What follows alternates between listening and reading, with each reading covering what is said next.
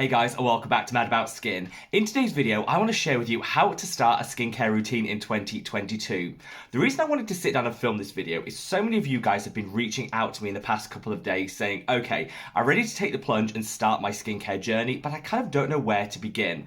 There are so many different products out there. If you read any of the blogs, YouTube channels, Instagram, so many people are hyping up certain products and different ingredients. It can be really baffling to know where to begin. Well, in this video, I want to take it right back to basics and share with you how to piece together your own skincare routine that's going to meet your budget, your skin type, and ultimately deliver what you want to get out of it. Sit back, relax as we talk how to start a skincare routine in 2022. Now, before we get into this, I know a lot of people are out there thinking, hang about, we've been with your channel a couple of years, we kind of already have our holy grail products and our order that we layer them nailed down. Why should we continue to watch? Well, first and foremost, I always think there should be content out there for beginners to help people start on their skincare journey. But also, I never think we're too experienced to learn. And hopefully in this video, there'll be a few hints, tips, and hacks that maybe you could incorporate into your existing skincare routine to just maximize the benefit that you're going to get. Whether you're a total newbie to skincare or someone that's really experienced and has their routine nailed down, hopefully you want to give this video a big thumbs up and a like below, because honestly, it supports me and the channel so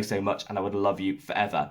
It also encourages YouTube to push this video out to a wider audience, which would allow so many more people to discover our fantastic Mad About Skin family and hopefully begin their own skincare journey. But without further ado, shall we just cut the waffle and delve straight on in? And before we even talk products or ingredients, we need to work out a couple of things. First and foremost, what is your number one skin concern? This is really important to iron down first, because I think sometimes when we start out with skincare, we're a little bit too eager and we spread ourselves a little bit too thin. We want to tackle everything all at once. Skincare, I want you to see it broken down in stages. And the thing that most bothers you about your skin, or that you most like to correct or see improvements with, is the thing that you should tackle first. You can then come on to your secondary considerations and concerns once you've got your routine established. Work out what your number one skin concern is, and then we can direct throughout this routine the ingredients that help tackle that. Secondly, you're going to want to work out how much time you actually have to spend on your skincare routine. Try not to be too optimistic. When I started out in skincare, I wanted every ingredient, every product in my routine. Every person's must-have also became my must-have. And I think at one point I had like an 18-step routine. It's way too much. It'll cost too much money, but also you probably won't have the time to dedicate towards it. Think of yourself on your busiest morning. How much time in that scenario do you have to actually spend on skincare? And then work out that each product to apply will take around 60 seconds. Multiply that by the time that you have, and that'll give you the maximum number of steps you can have in your routine. The best skincare routines are ones that are applied consistently day in, day out. There's no point skipping steps on some days where you're busier, because you won't get the maximum benefits. Work out the maximum number of steps you can have in terms of the time you have to give to it, and that will be your time consideration for your skincare routine. Third and final is the price point. Now, I know a lot of people out there think that the more you spend on skincare, the better the results will be. In truth, I'm here to tell you that is absolutely not the case, and good skincare isn't a luxury. You can get so many amazing products at the drugstore and at the chemist that don't need to break the bank. Work out what your monthly allowance is for skincare and really stick to that, because again, there's no point buying bougie luxury and extra products one month, then not being able to afford them the next month so you don't use them. Consistency is key in skincare, so work out what your budget is and then apply that to the products that you buy. In today's video, I'm going to be demonstrating this skincare routine using products from The Ordinary. There are so many other brands out there that you can try, but for me, The Ordinary has a beautifully affordable price point, really easy to use products, and so I think it's a great place to start from beginners. Like I say, mix and match with whatever products you want, but today we're going to focus on The Ordinary just to keep it all simple. Now, the place where everyone's going to want to start in their skincare routine is with an effective cleanse. This applies no matter whether you're an expert in the field or a total beginner to a skincare routine. A cleanse will remove all of the dirt, the debris, the SPF, makeup that's accumulated throughout the day, or in the case of a morning cleanse, some of the sweat and the excess oil that might have built up overnight. I don't like my cleanse to be too complicated. I think we mystify it and make it way too complex than it needs to be. In truth, a cleanser is one that just cleans the skin, gets everything off that you want it to, but doesn't leave you feeling stripped and dried. Avoid cleansers that have too many active ingredients in them, because you're only leaving them on the skin for say 60 seconds, so you're not going to be getting the maximum benefit from them. When it comes to The Ordinary, they have just one cleanser, and it's this, The Ordinary Squalane Cleanser. In truth, they don't need any others, because this applies for all skin types and is a beautiful cleanser. One of my go-to day in, day out. How you're going to want to apply this is use a pea size amount, which often brands will use this term, and it's really difficult to work out what is a pea-sized amount, because we don't all keep peas in our bathroom. As a general rule of thumb, if you take your little fingernail, something around the size to cover that will be more than enough. You apply this to the skin and it's a beautiful cream-like texture. Apply it for about 30 seconds until it starts to feel like it's sinking in almost. Then apply some lukewarm water to the skin. It'll emulsify, which means it turns into a milky consistency. Keep working it in for an additional 20 seconds, then rinse it away down the sink. That should be all the cleanse that you need. People will often talk about double cleansing, triple cleansing, balm cleansing, oil cleansing, all these different terms. In truth, when you're just starting out, reach for the ordinary squalane cleanser or one of its equivalents, and it will do it all for you. If after you've cleansed, you still feel that there's something left on the skin and maybe you want to do a second cleanse, just go in with the same product again, but maybe don't work it into the skin for quite as long. This will just get rid of every last trace of dirt, debris, and SPF and makeup, and leave your skin beautifully prepped for the next steps in your routine. The next thing you're going to want to apply is an exfoliator. Now, exfoliating acids sound a little bit scary. I think it's the acid in the name. It can freak people out and make you think, actually, is this just going to be too much for my skin? In truth, different acids are different and will work differently on different skin types. It can be a little bit difficult to work out which is the right one for you when you're starting out in skincare. But don't worry, because the ordinary lactic acid 5% kind of just works for everyone and is probably the one that I would reach for. You're not going to want to exfoliate every single day because that could risk over-exfoliation where the skin almost starts to appear shiny and a little bit tight. I would exfoliate a couple of times a week and then build up to what you feel like your skin needs.